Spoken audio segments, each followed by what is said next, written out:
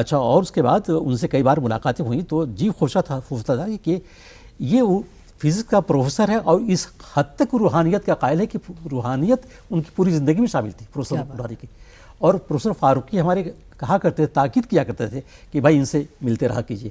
اچھا، دونوں university campus میں رہتے تھے تو دونوں میں بہت اچھی یاد اللہ بھی تھی. اب آپ اندازہ لگائیں کہ ڈاکٹر تارا چند دہلی میں آیا تو میری پہلی ملاقات کسی غیر اردو والے سے جو ہوئی تو ڈاکٹر تارا چند تھی. اور ڈاکٹر تارا چند کی تاریخ دانی کا اور ان کی زمانہ قائل ہے. جی، ان سے جو میری ملاقات ہوئی تو وہ ملاقات بڑی دلچسپ ہے. میں ان سے ملنے گیا، یونیسکو کی طرف سے ایک نصاب، اردو کا نصاب تیار ہو رہا تھا جس کے ذمہ دار وہ تھے. فاروقی صاحب نے کہا کہ آپ جائیے اور وہ ان سے ملیے اور نصاب کے بارے میں باتیں کیجیے. تو میں مرتا کھپتا بسوں میں گھومتا ٹہلتا ان کے ہاں تغلق روڈ پہ پہنچا. تغلق روڈ پر اس زمانے کا قیام سے کہ ایم پی تھے، راج سبھا کے ممبر بھی تھے. اچھا، وہاں ان کا قیام تھا. ملے تو دیکھا کہ ایک بزرگ سے شخص، اور وہ بہت اچھا کرتا اور بہت اچھی سفید دھوتی پہنے ہوئے، ظاہر کے رہنے والے الہ آباد بنارس کے تھے تو وہی بدباش طریقہ. اب وہ جب ان کو یہ معلوم ہے کہ میں نے اقبال پہ کام کیا ہے تو بہت اچھل پڑے اور کہا تو پھر آپ کے ساتھ باتیں ہوں گی. تو اب چائے نہیں، ایک پیالی نہیں، 2 پیالی 3 پیالی، پر اقبال کے بارے میں گفتگو کرتے رہے. تو یہ لگا کہ تاریخ کا ایک استاد جو ہے وہ علامہ اقبال سے اس قدر متاثر ہے اور جاننا چاہتا ہے. انہوں نے کہا کہ اقبال نے جو ہندوستان کے بارے میں کہا کہ میر عرب کو آئی ٹھنڈی ہوا جہاں سے، اس کے بارے میں کیا خیال ہے؟ میں نے کہا تھا یہ اقبال نے اپنی نظم عقیدت کے طور پر پیش کیا ہے، یا وہ یہ تاریخ کا حصہ نہیں ہے، ایک ضعیف حدیث ہے. تو انہوں نے کہا کہ ضعیف حدیث کیوں ہے؟ میں نے کہا کہ اس لیے کہ یہ مولانا بالگرامی نے یہ لکھ دیا ہے اور یہ بھی کہا ہے کہ یہ اس کے ماخذ جو ہیں وہ ضعیف ہیں. تو اب اس زمانے کے دہلی اور نواح دہلی یا دہلی سے متعلق جو لوگ ہیں وہ تو میں سمجھتا ہوں کہ شاید آج تک ہم ان کا متبادل نہیں پیدا کر سکے. پروفیسر آلک فزکس سے پروفیسر ہوا کرتے تھے. اب آپ اندازہ لگائیں کہ پروفیسر نگیندر جی، ہسٹری کے professor R S Sharma, ancient history کے پروفیسر آر ایس شرما جو پٹنہ یونیورسٹی سے آئے. اچھا، ان سے چونکہ اکثر وہ بےحد ہمیشہ مہربان کے طور پر، اور کرتے اور دھوتی میں اتنا اچھا شخص میں نے کبھی، دراز قد، ظاہر 6 فٹ کے، لیکن اسکالرشپ میں جب ان کے لیکچرز ہوتے تھے تو ہم اردو والے جا کے ان کے لیکچر میں شریک ہوتے، اساتذہ شریک ہوتے تھے. جی، یہ صورت تھی. پروفیسر ستورت کے لیکچر میں یہ تاکید ہوتی تھی کہ ہم لوگ جا کر کے ان کے لیکچر میں شریک ہوں. اچھا، پروفیسر سروپ سنگھ تو بظاہر وہ انگریزی کے پروفیسر تھے لیکن اردو کے رسیا نہیں بلکہ اردو کے عاشقوں میں سے تھے. واہ، یہ صورت تھی. اور یہ صورتحال پروفیسر آبدی کی اور پروفیسر فارق کی تھی. پروفیسر گنگولی جو وائس چانسلر ہوئے، یہ سائیکالوجی کے پروفیسر تھے. اب آپ اندازہ لگائیں کہ ان کو اردو ڈپارٹمنٹ سے کیا تعلق ہو سکتا تھا ماہر نفسیات ہونے کے بعد، لیکن وہ گھنٹوں آ کے بیٹھتے تھے، ڈپارٹمنٹ بیٹھتے تھے. یہ صورتحال. اور یہی نہیں، یہ تو صرف آپ کو معلوم ہے کہ دلی اسکول کا جو سب سے شاندار جو حصہ ہے دلی اسکول آف اکنامکس ہے. اور پروفیسر راج جو ہمارے 6 مہینے کے لیے وائس چانسلر ہوئے. اب اندازہ لگائیں کہ وہ وائس چانسلر ہوئے، 6 مہینے کے بعد انہوں نے استعفیٰ دے دیا. انہوں نے کہا بھائی اتنی بڑی یونیورسٹی ہے اور مجھ سے نہیں سمجھے گی اور میرا سارا جو علمی مشغلہ ہے وہ سفر کر رہا ہے، لہٰذا انہوں نے استعفیٰ دے دیا. ذرا آپ اندازہ لگائیں کہ ایسے لوگ تھے. اور ایک سے بڑی مثال میں آپ کو دوں کہ پنڈت نہرو کی کابینہ میں ڈاکٹر سی جی دیشمکھ فائنانس منسٹر تھے. وہاں سے وہ ہٹے تو یو جی سی کے چیئرمین ہوئے. اور وہاں سے جب ان کی مدت ختم ہوئی تو جب میں آیا ہوں 1965 میں تو ڈاکٹر سی جی دیشمکھ دہلی یونیورسٹی کے وائس چانسلر تھے. یہ دہلی یونیورسٹی کی تاریخ رہی ہے. اور اس کی وجہ سے پوری فضا، ایک سائنس کی ہو، جی آرٹس کی ہو، ہیومینٹیز کی ہو، سوشل سائنسز کی ہو، ایک ایسی ملی جلی فضا تھی کہ جس میں ہر شخص یونیورسٹی کا ایک اپنا کنبہ سمجھتا تھا. اور اسی کنبے کے ناطے ہم لوگوں کو وہ کچھ حاصل ہو گیا کہ ہندی کے مسائل سے، سنسکرت کے مسائل سے، اور اس کے بعد فارسی اور عربی کے مسائل سے، حد یہ ہے کہ نفسیات کے مسائل سے اور اکنامکس کے مسائل سے بھی ہم لوگوں کی تھوڑی سی واقفیت ہوئی. تو علم جو حاصل ہوا یا علم میں جو یہ پھیلاؤ، یہ وسعت آئی، اس دہلی یونیورسٹی کی دین ہے. بالکل. اور ملنے جلنے سے، انٹریکشن سے جو چیزیں حاصل ہوتی ہیں وہ ظاہر ہے کتابوں سے وہ چیزیں حاصل نہیں ہوتی. تو یہ بڑا کمال ہے اس یونیورسٹی کا، اس کے ماحول کا. اور اردو جس کے بارے میں کہا جاتا ہے کہ یہ صرف ایک زبان نہیں، ایک تہذیب کا نام ہے، بہت صحیح. تو یہ لوگوں کو اپنی طرف یوں مائل کر لیتی ہے کہ ایک بار جو یہاں آیا پھر لوٹ کر جانا اس کے لیے مشکل ہو جاتا ہے. اور اردو اپنی اسی خصوصیت کی وجہ سے جانی جاتی ہے. اور آج بھی ہم دیکھتے ہیں کہ بہت سے مختلف شعبوں سے لوگ اس زبان کی طرف آ رہے ہیں. چونکہ میرا تعلق ایسے ادارے سے ہے، میں جانتا ہوں ایسے بہت سے لوگوں کو جو اردو صرف اس کی شاعری کے سبب سیکھ رہے ہیں، اس کی لفظیات اور اس کی وکیبلری کے سبب سیکھ رہے ہیں کہ یہ لفظ جو ہے، یہ عشق، یہ لفظ اپنے آپ میں جہان مانی رکھتا ہے اور اس کی پوری روایت موجود ہے. تو یہ بڑا خوشگوار معاملہ ہوتا ہے. عبدالحق صاحب، ایک پہلو میں چاہتا ہوں آپ کو یاد دلانا چاہتا ہوں، بلکہ میں نے آپ ہی سے وہ سنا تھا کہ دلی یونیورسٹی کا ایک طالب علم سینٹ اسٹیفنس کا شیودھان سب سے پہلے اس نے اقبال کی ایک نظم کا انگریزی میں ترجمہ کیا تھا. جی، آپ اس دور کی علمی فضا کا اس سے اندازہ لگائیں کہ ایک بی اے کا طالب علم جو انگریزی پڑھ رہا ہے اور 1915 میں اقبال کی نظم کا ترجمہ کر رہا ہے، اور دلی اور لاہور میں جو فاصلہ ہے اس سے بھی آپ واقف ہیں. اور شیودھان ظاہر کہ اردو کا طالب علم نہیں ہے، لیکن یہ جو میں ابھی آپ ذکر کر رہا تھا کہ جو ملٹی ڈسپلنری جو معلومات تھی، جو تعلیم کا جو سلسلہ تھا، جی، یہ اس کا فیض ہے. بالکل، کہ اردو والے ہندی جانتے تھے. اب میری نظر میں ہے کہ پروفیسر نگید بڑی سخت ہندی بولتے تھے، لیکن انہی کے ڈپارٹمنٹ میں پروفیسر اوجھا تھے جو بنارس سے آئے تھے، جنہوں نے ڈرامے پر بڑا زبردست کام کیا، بلکہ ہندی ڈرامے کا انہوں نے انسائکلوپیڈیا تیار کیا. وہ بڑی نفیس اردو بولتے تھے. ساوتری سنہا تھی، بڑی نفیس اردو بولتی تھی، اور ابھی بھی موجود ہیں.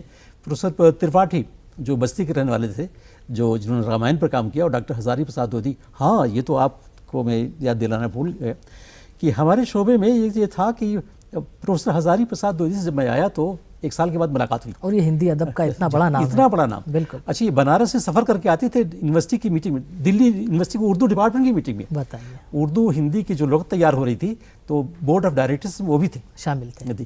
وہ شامل تھے. اور جب آتے تھے تو ڈپارٹمنٹ ان کی قدردانی کرتا تھا اور ان کے ساتھ علمی معاملات پر شیئر بھی کرتا تھا، اور ہندی اور اردو کے مشترک مسائل پر گھنٹوں گفتگو رہتی تھی. تو ظاہر کہ گفتگو تو حسن صاحب اور فاروقی صاحب کرتے تھے، لیکن ہم سبھی لوگ بیٹھ کر کے سنتے تھے. اور کبھی کبھی کبیر پر آپ یقین مانیے کہ کبیر پر کہا جاتا ہے کہ ان سے بڑا کسی کا کام نہیں ہے. اور کبیر کے معاملات پر جس طرح انہوں نے گفتگو کی ہے، اور میں سمجھتا ہوں کہ اس کا بڑا خوشگوار اثر یہ ہوا کہ شاید کبیر بانی سردار جعفر کو لکھنے کی نوبت نہیں آتی اگر کبیر شناسی کی پہل نہ ہوتی. اور یہی وجہ ہے کہ پروفیسر حسن صاحب نے بھی کبیر پر جو مقالے لکھے وہ بھی حیرت خیز ہے. تو میں آپ سے اس کر رہا تھا کہ یہ فاصلے نہیں تھے اردو ہندی کے نہیں، بلکہ اردو انگریزی کی بھی نہیں تھے. بالکل. آپ اندازہ لگائیں کہ وہ 1-2 نہیں، پروفیسر ساوتری سنہا تھی، وہ عاشق اردو تھی کہ وہ مستقل، بلکہ وہ ترجمے کی طرف بھی مائل تھی، بعض اردو کی نظموں کا وہ ترجمہ بھی کرتی تھی. تو یہ ایک ایسی ادبی فضا تھی کہ جس کا کہ ہمیں آج کے دور میں سوائے کہ یہ کہہ لیں کہ ہاں یاد ماضی ہے، یا بلکہ میں تو کہوں کہ یہ علم کے وہ دفینے تھے، بالکل، جو سینوں میں محفوظ تھے، اور جس کو بڑی فراخ دلی سے وہ اساتذہ ایک دوسرے میں منتقل بھی کرتے تھے. ایسا نہیں تھا کہ فارسی کا استاد اردو کے استاد کے ساتھ کوئی ایسا مغایرت کا سلوک رکھے، بلکہ ایک فیض عام تھا. جس وقت چلے جائیے، جہاں چلے جائیے. میں آپ سے عرض کروں کہ اس زمانے میں تو وائس چانسلروں سے بھی ملاقات بہت آسان تھی. یونیورسٹی کیمپس پہ رہتے تھے، اور صبح شام جب کبھی موقع لگے ان کے آفس کے اگر اوقات نہ ہوں تو ان سے مل لیجیے. پراکٹر سے، لائبریرین سے، اور لائبریری کی کسی کتاب کی ضرورت تو بشیر احمد صاحب علی گڑھ سے ریٹائر ہونے کے بعد دلی یونیورسٹی کے لائبریرین ہوئے، اور انہیں پورے سسٹم، لائبریری کے پورے سسٹم کو بدل دیا. اور ہر چھوٹا بڑا طالب علم یونیورسٹی کیمپس کا کہیں سے ہو، وہ کتابوں تک اس کی رسائی ہو گئی. جس کی وجہ سے یہ ہوا کہ پھر طالب علم اور اساتذہ کے درمیان، یہ بات میں آپ سے کر رہا ہوں کہ کئی یونیورسٹیوں کو دیکھنے کا موقع ملا، ہندوستان اور ہندوستان سے باہر بھی، اور خاص طور سے کشمیر یونیورسٹی کو بھی دیکھا، جواہر لال یونیورسٹی کو بھی دیکھا. لیکن طلباء اور اساتذہ کا جو رشتہ، جو مضبوط تعلق دہلی یونیورسٹی میں قائم ہوا، وہ میں نے کہیں نہیں پایا. اور شاید یہ روایت میں سمجھتا ہوں کہ علمی اداروں کے لیے ایک مثالی حیثیت رکھتی ہے کہ طلباء اور اساتذہ کے درمیان جب تک ایک گہرا مربوط ربط نہیں ہوگا، رشتہ نہیں ہوگا، تب تک شاید اساتذہ بھی وہ فیض نہیں پہنچا سکیں گے جن کے طلباء کی ضرورت ہے. اس لیے کہ اس میں صرف علم کا حاصل کرنا نہیں ہے، بلکہ ان کی تربیت ذہنی اور فکری اور کردار کی بھی ضرورت ہے بالکل جو ہمیں دہلی یونیورسٹی کے آس پاس ملا. اب میں آپ سے عرض کروں کہ یہاں مشاعرے کا، فاروقی صاحب کو مشاعرے کا چلن، مشاعرے پسند نہیں تھے. فاروقی صاحب کی خواہش یہ ہوتی تھی کہ ایک شاعر کو بلائیں گے اور اس سے جی بھر کے سنیں گے، اور جو شاعر بھی وہ ہو جو اعلیٰ درجے کا، اقدار کا، جی اقدار کا اور ادبی محاسن کا پامال. ابھی آپ نے نام لیا مجنوں صاحب کا. جوش ملیح آبادی بھی ہندوستان سے ہجرت کر کے پاکستان چلے گئے تھے، لیکن پاکستان سے جب آئے ہندوستان تو فاروقی صاحب نے ان پر ڈول ڈالا اور یہ کہا کہ آپ کو شعبے میں بھی آنا ہے. چنانچہ جوش ملیح آبادی شعبے میں آئے، ان کے اعزاز میں ایک جلسہ ہوا، اور مجھے آج تک وہ یاد ہے کہ انہوں نے جس تمکنت کے ساتھ نظمیں سنائیں اور گھنٹوں نظمیں سنائیں. حیرت ہوتی ہے کہ جوش جس طرح لکھتے ہیں ایسے ہی وہ پڑھتے بھی ہیں. ان کا استقبال، غوث الدین فریدی صاحب بہترین تاریخ گو تھے اور بہترین شاعر بھی تھے. ان کی آمد پر انہوں نے 4 مصرعے موضوع کیے. یہ کون آیا کہ بزم شیر و نغمہ جگمگا اٹھی، یہ کون آیا کہ بزم شیر و نغمہ جگمگا اٹھی، صدائے قلقلے مینا میں کس کا نام ہے ساقی. کیا بات ہے. صدائے قلقلے مینا میں کس کا نام ہے ساقی، درے میخانہ سے کہتی ہوئی آخر صبا گزری، درے میخانہ سے کہتی ہوئی آخر صبا گزری کہ یہ اپنی صدی کا حافظ و خیام ہے ساقی. کیا کہنے ہیں، کیا کہنے. یہ کہہ کر کے اب جوش صاحب نے جب یہ قطعہ سنا تو وہ مچل گئے. ان کا پھر پڑھیے، تو فریدی صاحب نے پھر پڑھا. حسن صاحب نے جوش کی شاعری اور شخصیت پر 15 منٹ کی بڑی مرصع گفتگو کی، اور جوش صاحب اتنے سرمست ہوئے کہ وہ گھنٹوں شعر سناتے رہے. اس کے بعد وائس چانسلر نے فاروقی صاحب سے کہا کہ بھئی اگر آپ نے مجھے اطلاع دی ہوتی تو میں بھی حاضر ہوتا. جی. اور سروپ صاحب کو اس کی اطلاع نہیں ہو پائی. اور فاروقی صاحب کا کمال یہ ہے کہ ایسے نہیں، جانثار اختر ان کو بہت عزیز تھے. جانثار اختر کو دلی میں آتے تو انہی کے ہاں ٹھہرتے. تو ایک دن ان کے لیے بھی محفل سستی. اختر الایمان بھی دلی میں آتے تو چونکہ ان کے بچپن کے ساتھی تھے اور دلی میں دونوں کا زمانہ ایک ساتھ گزرا تھا، دلی کالج جو نام لیا جی، تو اختر الایمان کو بلاتے اور جی بھر کر کے نظمیں. تو اب نظمیں سیکھنے اور سننے کے جو کے لیے جو جس سلیقہ کی ضرورت تھی وہ بھی ہم لوگ سیکھتے. بالکل. تو یہ صورتحال تھی. اور کبھی کبھی تو یہ ہوتا ہے کہ گویا شعبہ نہیں ہے یہ، علم و ادب کا ڈپارٹمنٹ نہیں ہے، بلکہ یہ تو شعر و نغمے کی محفل ہے. اور اس سے جو طمانیت حاصل ہوتی تھی، میں سمجھتا ہوں کہ شاید وہ قصہ پارینہ میں تبدیل ہو گئی، اور وہ جس کو بحال کرنے کی ضرورت ہے. تو عبدالحق صاحب، آپ نے بالکل صحیح کہا کہ میل جول سے، ایک دوسرے کے انٹریکشن سے بڑے کام جی نکل آتے ہیں اور بہت سے مسائل حل ہو جاتے ہیں. اور جس طرح چراغ سے چراغ جلتا ہے اس طرح یادوں سے یادیں روشن ہوتی جاتی ہیں، اور یادیں زندگی کو حوصلہ بھی بخشتی ہیں اور آئندہ کے لیے راہیں بھی روشن کرتی ہیں. یادوں کے بغیر ہماری زندگی نامکمل ہے. تو عبدالحق صاحب، آپ نے اتنی اچھی گفتگو کی، ہماری اسٹوڈیو تشریف لائے، ہم آپ کے بے حد ممنون ہیں. بھاگ چلوں یادوں کے زنداں سے اکثر سوچا، لیکن جب بھی قصد کیا تو دیکھا اونچی ہے دیوار بہت. تو یہ تھے مشہور ماہر اقبالیات، سابق صدر شعبہ Urdu Delhi university, professor emeritus Abdul Haq صاحب.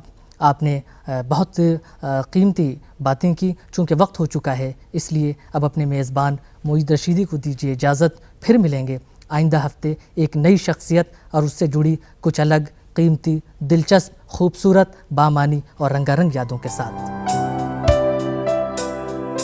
یاد ماضی ہے یا کوئی روشنیوں کا سفر، سلسلہ در سلسلہ ہے آرزوؤں کا سفر.